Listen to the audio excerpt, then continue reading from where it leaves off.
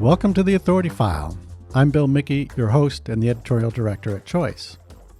My guest for this series is Paula Krebs. She's the executive director of the Modern Language Association, which offers professional development resources and advocacy for the advancement of the study and teaching of language and literature.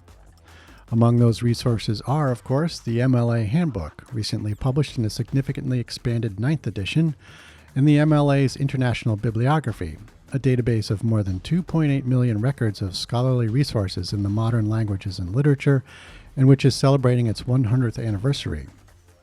I've been speaking with Paula about the handbook and the bibliography, what's new with both of them, and how they're uniquely adaptable as resources for information literacy. Speaking of InfoLit, the MLA also publishes the MLA Guide to Digital Literacy. We spoke with that book's author, Ellen Carrillo, back in January 2020. You can listen to that conversation in episodes 106 through 109. Also in this 4-part series, which is sponsored by the MLA, Paula and I dive into the state of humanities scholarship and discuss how recent events have highlighted its importance. In this 3rd episode, for example, we begin to look at the opportunities and challenges for the humanities in the aftermath of the Trump presidency and as we emerge from the COVID-19 pandemic.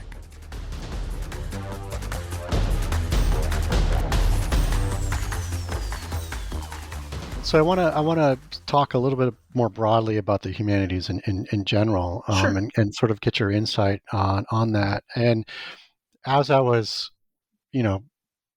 thinking of questions to ask you, I went over to look at MLA's convention from this year and maybe pilfer some ideas from the program there, and noticed that you recorded your introductory video to this year's virtual MLA convention on the day the insurgents stormed the Capitol in Washington, D.C. And of course, you talked about that in your introduction. And I'm very curious, I'm wondering how this might have made you think differently about the program, and how the program related to domestic and world events. Did you happen to see it in a new light, given what was being shown on the television as you recorded that video? Well, I tell you, I recorded my introductory video for the convention on January 5th. And then January 6th happened. Oh, okay. So you re-record. I knew I had to re-record that introductory video, right? Okay. So that was a scramble to re-record that and think about, all right, how can I address this for our audience? I knew that I wanted to make sure people knew, one, that they could adapt their sessions at the convention to take on the issues that were being raised by the fact that we were in the middle of an insurrection, and that, I wanted them to understand that, and I think people do understand this about the convention anyway, that it's not a rarefied atmosphere where, you share this research project that's that you're looking for kudos from your peers, or, to kind of plant your flag in that research so that you own it. It's not that kind of gathering. It's a gathering of teachers and scholars who do a lot of sharing in a genuinely generous way. And it's people who know each other. It's people who went to graduate school together, who have worked together at various jobs. So they're going to be coming together at this gathering, virtual or no, in the context of this incredible political development that they know they're going to have to process with their students when they get back as well. Right. So I wanted them to have permission, to talk about it in their sessions, to understand that we saw it as part of what we were going to engage with at the convention, and that many sessions would be addressing it. I mean, I wanted to let them know that the convention was a place that's in the culture, not separate from the culture. Mm-hmm. But I also found that a lot of what I had said in the first version was still worth saying. It was still there, that the gathering, any gathering to share research and teaching about the humanities is part of creating a culture of critical analysis and care. And that the work humanists do is work that enables our students and our readers to make sense of the culture they inhabit, as well as, cultures past and cultures of other places, that only, after and with the kind of informed critical analysis of the humanities can can any kind of change happen? And that was part of the message already, so Yeah. that I could just re-record. But the permission giving was important as well, I Yeah. think. Yeah.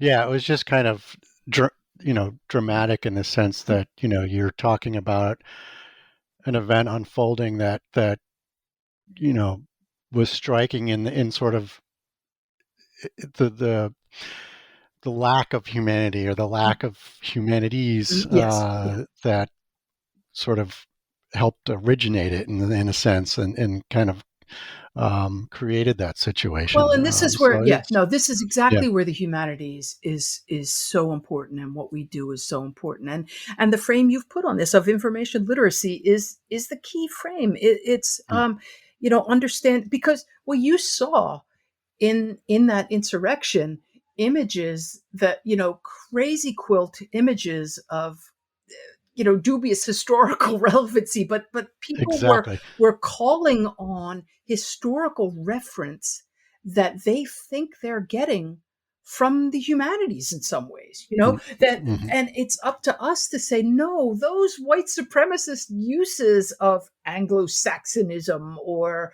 the classics, those are wrong. Those Yeah. that's not the way this works. So the concept of information literacy and credibility and authority and reading your sources correctly is, ever so much more important in an age when people are not fact checking, when people are Yep. not looking at sources, when people are taking things at face value. We really feel like it's important for us as a humanities association to make interventions into those kinds of cultural practices. Hmm. Yep. Excellent. So the pandemic has clearly had an enormous impact on higher ed, and a lot of the discussion is centered around the financial impact on institutions. But I'm wondering if the MLA is also examining this for signs of impact on the scholarship of literature, language, and humanities in general. What are some of the challenges and opportunities in that regard? Yeah, no. So of course, as soon as something as huge as this, as the pandemic happens, it shows up in the scholarship. It shows up in what people are writing about and Yeah. what people are reading about, and the kinds of manifestation of the humanities in public. For example, you see all the pandemic reading groups, and cultural events online that are addressing issues raised by the pandemic. That, I mean, the humanities has been so important to the culture's processing of the pandemic in online theater experiences and online, art museums, and so there've been those manifestations of the importance of it. But you can't really separate the pandemic from the crises in the U.S. around racial justice and inequity as Mhm. well. I mean, those two things Yeah. have gone hand in hand all the way through, and we see scholars in the humanities taking on that intersection really forcefully in their teaching, especially, but also in their research. And that's the biggest opportunity of the last year for scholarship, the opportunity to understand interdependencies in new ways. I Mm. think, this is there's a new focus in humanities scholarship that's come during the pandemic that comes from an understanding of its interconnectedness with racial issues. And where I've seen that is in a focus on what's called decolonizing or undisciplining. That is, on looking at the history of all of our fields in the humanities in relation to their histories of race, their legacies. So, in my case, for example, I'm a Victorianist.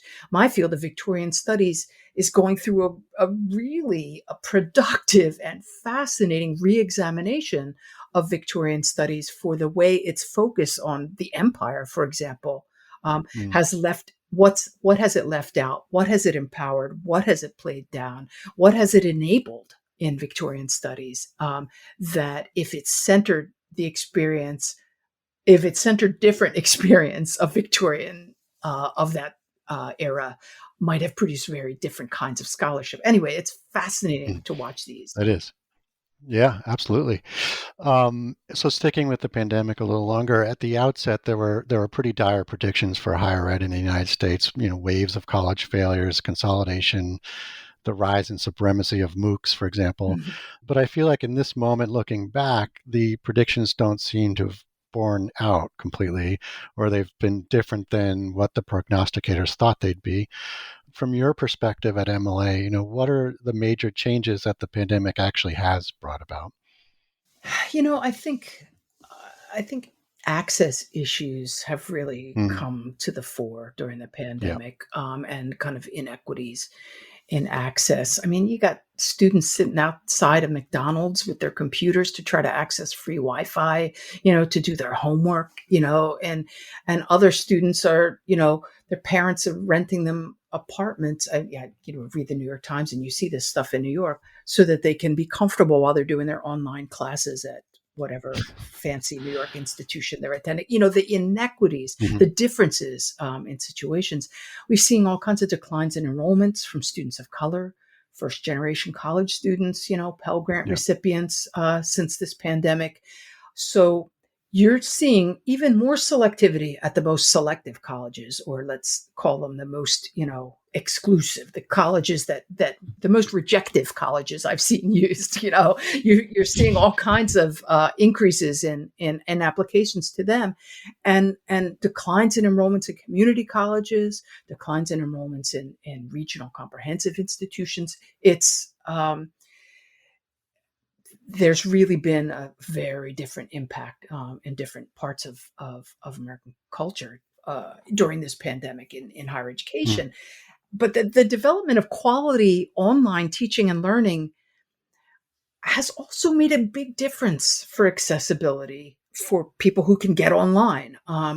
So I'm seeing, changes in access for disabled students, that all of a sudden, courses are accessible that didn't used to be accessible. They have to be accessible, and they are. So there are lots of different factors happening right now in higher ed. And I'm hoping that we'll see some changes in enrollments in the humanities as a result mhm. of the kinds of soul searching that's had to go on during this pandemic, and as a result of this pandemic, and the kind of coming to terms with racial injustice that's happened at the same time, and that students are realizing that solving the problems that they want to solve takes the humanities, that it's really important to have engineers, but engineers aren't going to be able to fix some of the stuff that those students are going to be able to fix if they study philosophy, if they study cultural studies, if they study Mm. language and culture. Yeah. Yep.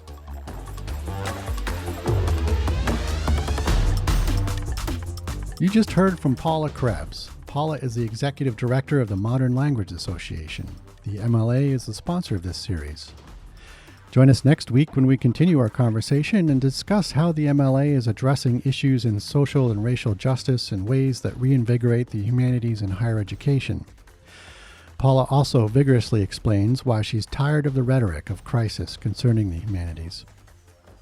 I mean, there's a public relations issue, and we need to be more vocal about how important it is to have information literacy, to Yeah. have the humanities train us to know the difference between truth and falsehood, Mm. to give students the tools to not accept things at face value, to not accept everything they see in social media as truth. But here's the thing: students love the humanities.